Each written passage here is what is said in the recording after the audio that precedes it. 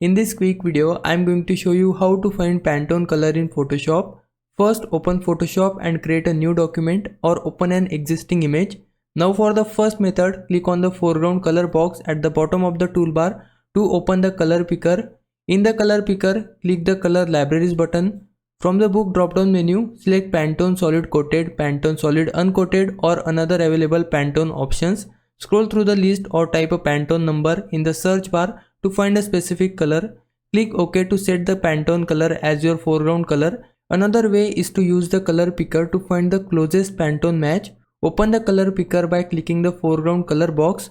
Choose any color from the color spectrum or enter an RGB/CMYK value if you have a specific color. Click the color libraries button and Photoshop will automatically find the closest Pantone match from the selected Pantone book.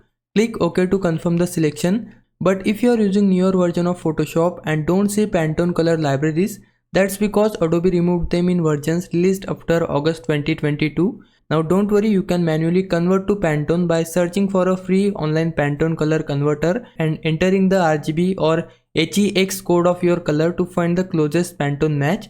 So this is the method. Now if I was a big help, can you like this video and subscribe my channel? For now, thanks for watching. Bye bye.